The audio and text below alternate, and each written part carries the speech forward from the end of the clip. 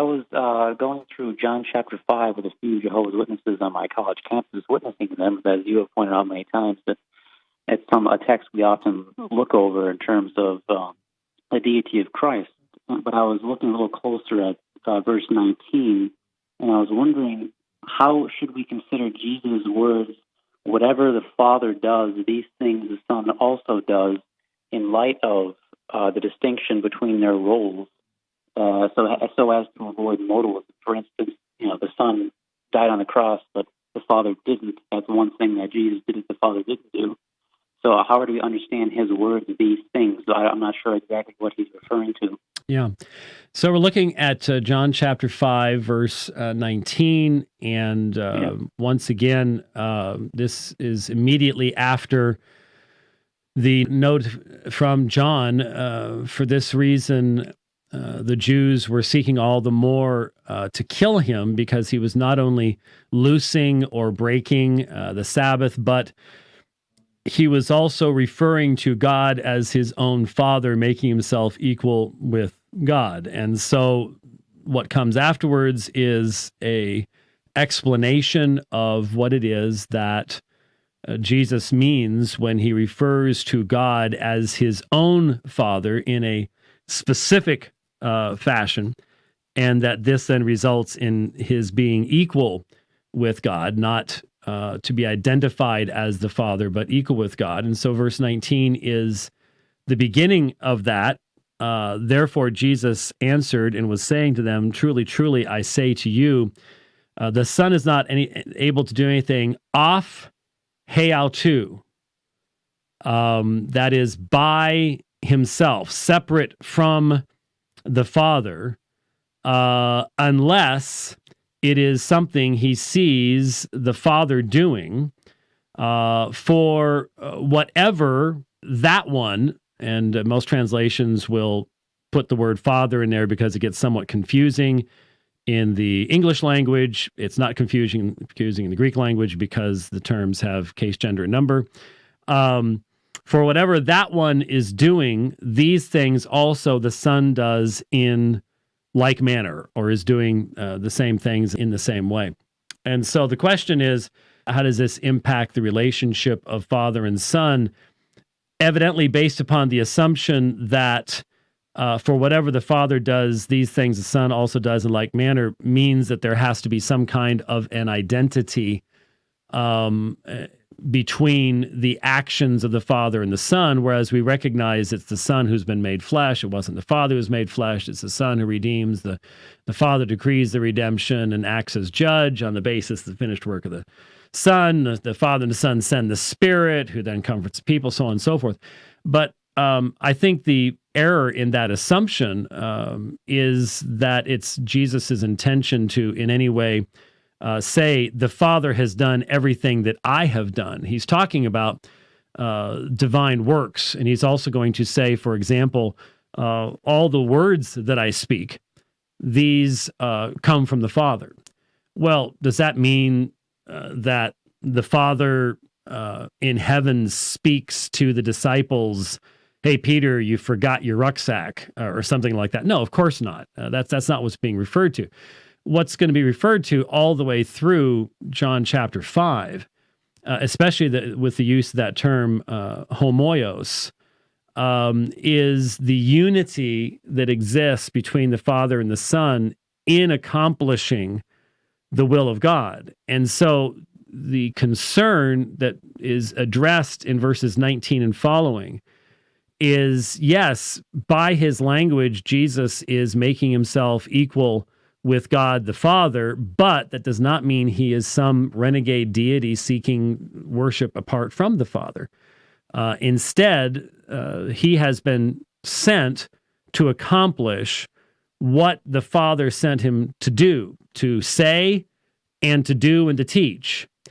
And so the point of the unity is that Jesus is doing exactly what his Father has determined for him, not that the Father has done everything the Son has done.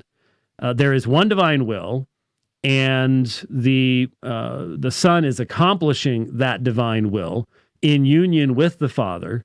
And so that's what it's referring to when it says what I've seen the Father doing or what I've heard the Father saying, the words that I speak they come from the Father. There is this perfect unity between the Father and the Son, so that all the Son is doing can in no way ever detract from or distract from the one proper worship of God. That does not mean that they're doing the same thing in the same way. None of the disciples would have even thought of interpreting those words in that way, because they recognize it's not the Father who is speaking to them, it's the Son who's speaking to them. And so the Father isn't incarnate on the planet. It's not the Father who's become flesh. And remember, John has provided us with the interpretational framework that we're supposed to be using as we read through John in the Gospel of John in the prologue.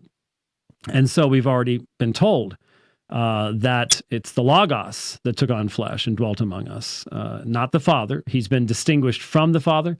In John 1:18, the end of that interpretive grid that is given to us, no one has seen God, the Father, at any time.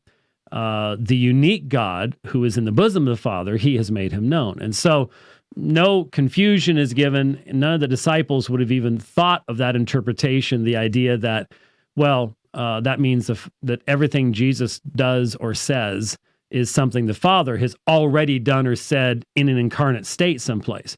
No, but there is perfect unity and harmony between the Father and the Son in what the Son is teaching, in what the Son is doing.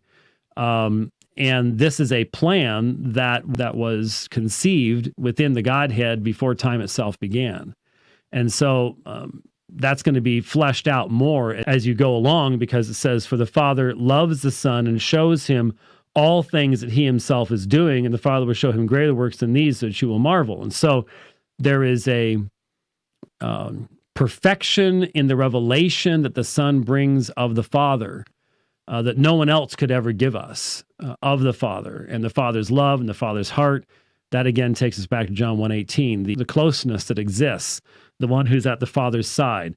The Father loves the Son. These are the same themes that are being worked out once again. And so, for just as the Father raises the dead and gives them life, even so the Son also gives life to whom he wishes. So when you look at the raising of Lazarus, is that Jesus acting in concert with the Father or separately from the Father? No, it's in concert with the Father. And so that unity is what is being emphasized all the way through.